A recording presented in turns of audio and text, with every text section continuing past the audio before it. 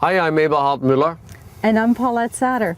Our passion for the freshest and finest ingredients led us to here, our farm on the North Fork of Long Island.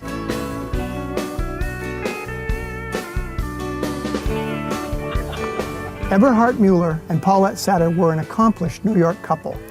He was a 3-star Michelin chef, and she was a wine executive. The day after Eberhard and Paulette got engaged, they bought a small piece of land near their North Fork home. What started out as a small garden to supply produce to Eberhard's restaurant has turned into the famous Satur Farms.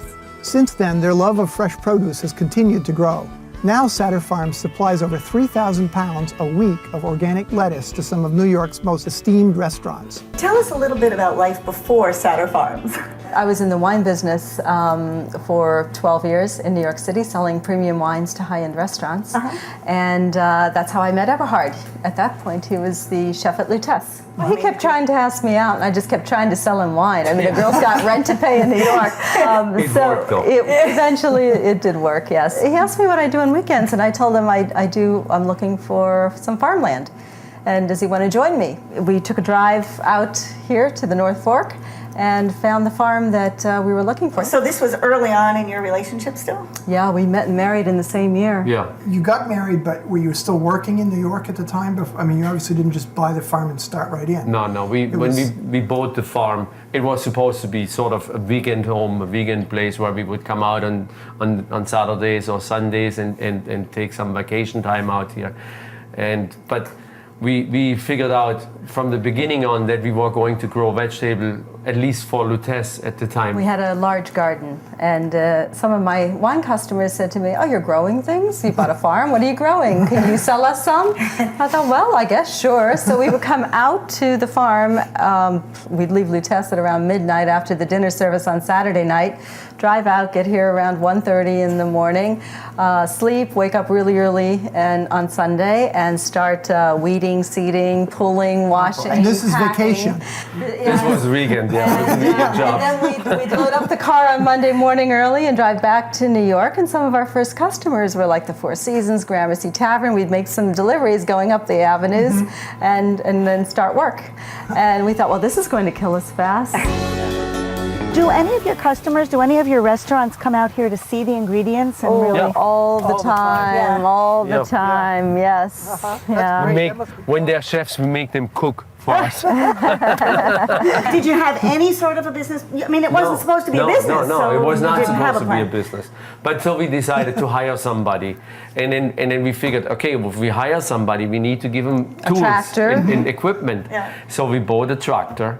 And then we hired more people, and then we said, okay, now we need to grow more vegetables. Then 11 because we have to pay acres for all we of were this. farming, then we farmed 35 acres, and now 10 years later we're farming over 170 acres. How did you finance it? Did you?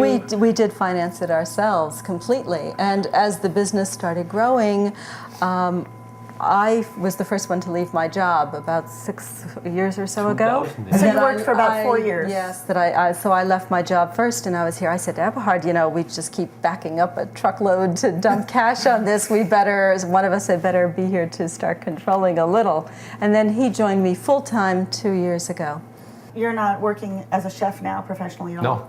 It sounded like you had the idea of doing this, though, before you even met Eberhard. Well, No. I just like to have real estate. I just wanted the land. I wanted the farm land. And so it was more Eberhard's idea to grow. I mean, I wanted, when we first started, there was really no, with the exception of the people who went to the farmers markets, there was nobody who did the restaurant deliveries like Satur Farms does. Organized. You're a supplier. We're a real supplier. Yeah. Right.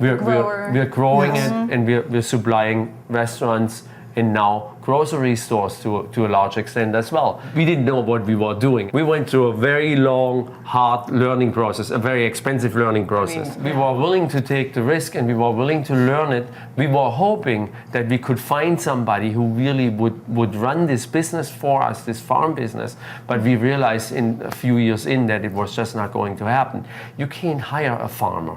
A farmer is either farming for himself, if he's intelligent enough, he will do it for himself, or he's not going to farm. So right now, is it just the two of you really heading the? I mean, obviously you have help, but are you running the show basically? We've trained supervisors, and our field crew, as they have been with us through the years, they tend to stay with us.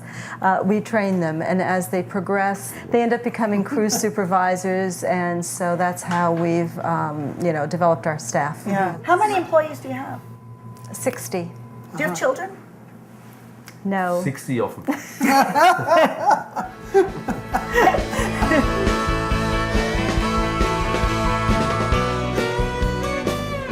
You never anticipated leading a whole movement. I mean, look what you're doing here. We started from zero, okay? There was absolutely nothing.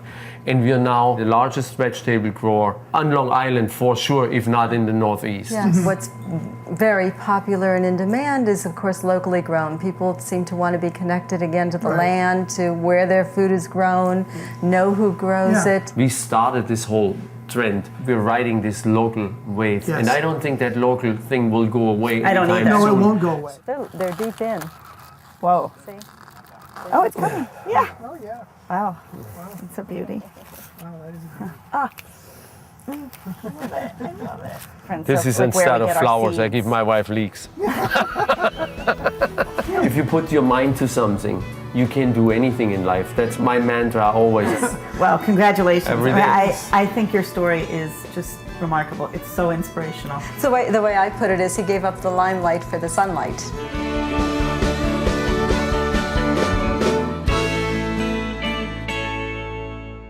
Up next, we meet Jamie Bennett, an entrepreneur with a successful string of businesses who, along with his wife, moved their family and company, Light Wedge, to the island of Nantucket.